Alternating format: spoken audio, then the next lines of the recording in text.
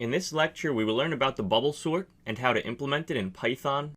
The bubble sort algorithm is the simplest of all the sorting algorithms.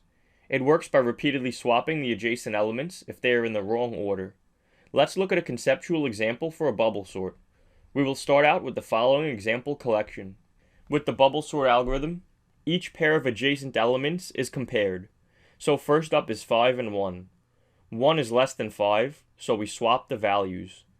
Our collection now becomes the following. Next, 5 and 4 are compared. 4 is less than 5, so we swap these elements. After that, 5 and 2 are compared. Since 2 is less than 5, we swap these two elements. Finally come 5 and 8.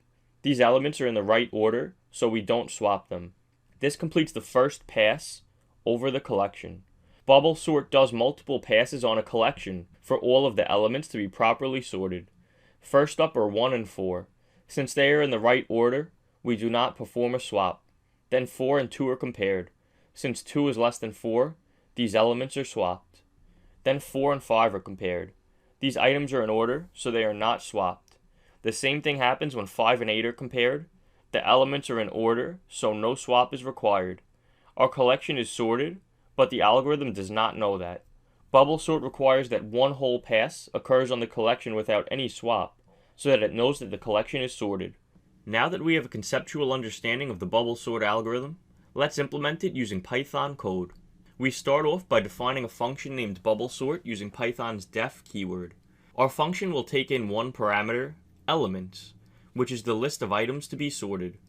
Inside of the function, we will have a variable named length, set equal to the length of the elements list. Then we will have a for loop that will iterate for I in range length minus 1.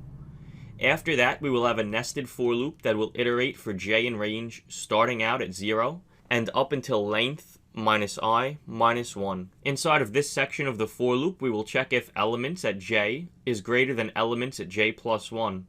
And if so, we will swap those two elements in the list.